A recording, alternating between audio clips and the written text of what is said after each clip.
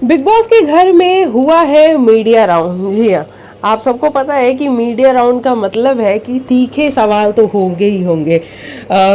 घर वाले जिन सवालों से अभी तक अनजान थे वो सवाल भी कहीं ना कहीं सामने आएंगे और उसके बाद इनको लगेगा बड़ा वाला झटका।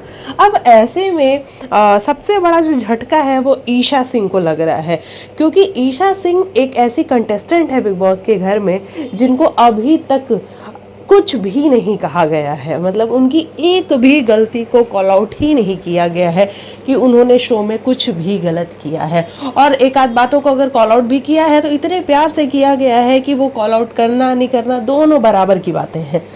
तो ऐसे में जब मीडिया घर के अंदर एंटर होती है तो वो सीधा एक वर्ड यूज़ करती है और उसके बाद ईशा को लगता है बहुत बड़ा वाला झटका। ईशा को ये फील होता है कि ये क्या हो रहा है, मैंने तो ये सोचा ही नहीं था।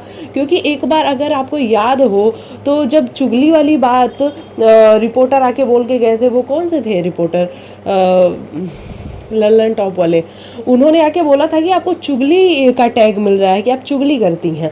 तो ईशा को बहुत चिंता हो गई थी इस बात की कि कहीं मैं बुरी तो नहीं दिख रही हूँ ना, लोग कहीं मैं बाहर जाऊँ तो मेरे ऊपर टमाटर ना फेंक के मुझे मारने लगे।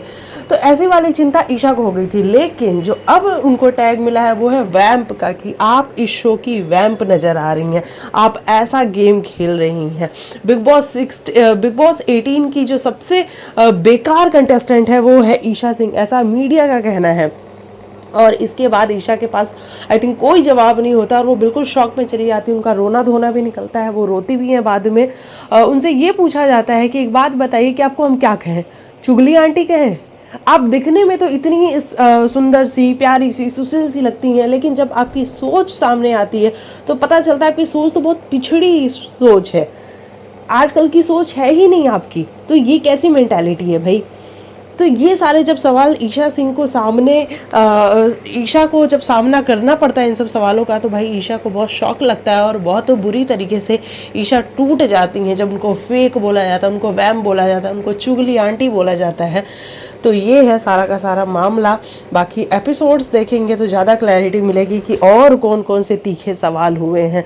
वैसे मीडिया ने किसी को भी छोड़ा नहीं है, सभी की जम के क्लास लगाई है कहें, या फिर तीखे जो सवाल हैं वो किए हैं।